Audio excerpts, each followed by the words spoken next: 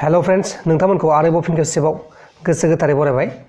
दिनै 19 नभेम्बर 2020 बिस्थिबार फैदो दिननि सानजौफुनि माखासे मोजां गाज्रि आरो फिसा गेदेर खौरांफोरखौ फारि फारि मिथिनानै लानि।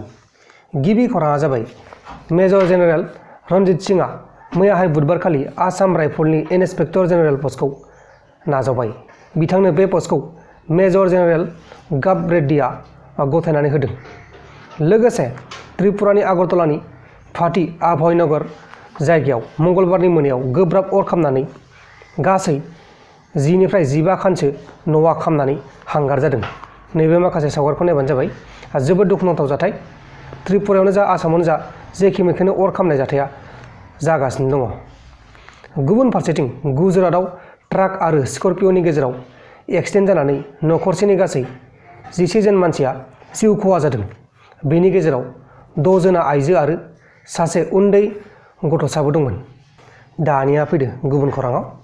गुबुन खौराङा जाबाय इन्डियान आर्मिफोरा LACआव एबा लाइन अफ एक्चुअल कन्ट्रलाव चाइनिज आर्मिफोरखौ गोजां बोथोरावबो होबथानो थाखाय लादाखआव थानाय जवानफोरनि थाग्रा न'खौ फोसाबनानै गोजां बोथोरजों जुजिनो हानाय खालामनाय जाबाय।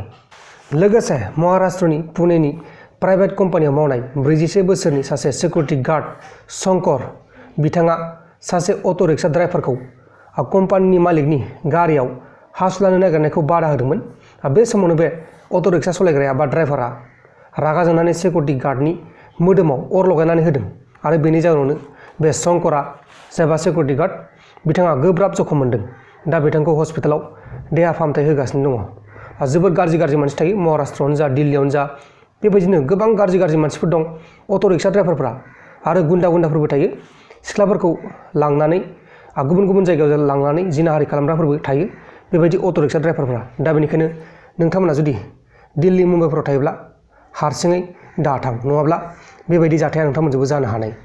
अब्ला दानिया फैदो जोबथारनाय खौराङाव। जोबथारनाय खौराङानो जाहैबाय रिपर्टनि बायदिब्ला नयडा आरो ग्रेटार नयडायाव जानुवारिनिफ्राय लानानै दिनैसिम सुइसाइड केसआ 300तानिबो बारा जाबाय आरो बारायगासिनो दं होननानै बुंनाय जादों। मैयानि केसआव गौतम बुद्ध नगर जिल्लायाव 24 घन्टानि गेजेरावनो 6 जन सुबुङा सुइसाइड खालामदों बा गावनि जिउखौ गावनो फोजोबदों आरो बांसिन सुबुंफोरानो बे 6नि बांसिन सुबुंफोरानो दाहाराव गोलैनाय एबा फैसा थाखानि आंखालाव थैदों होननानै बा सुइसाइड खालामदों होननानै रिपर्टआव मोननाय जादों। जोबोद दुखुनांथाव खौरां। जोंनि बे भारतआव लकडाउननि उननिफ्राय गोबां मानसिफ्रानो सुइसाइड खालामनानै थैगासिनो दङ। मानोना रांनि आंखाल, रां नङाब्ला जिउआव जेबो गैया। लोगोफोर, दिनैनि सानजौफुनि रादाबफोरा बेखिनिल'मोन।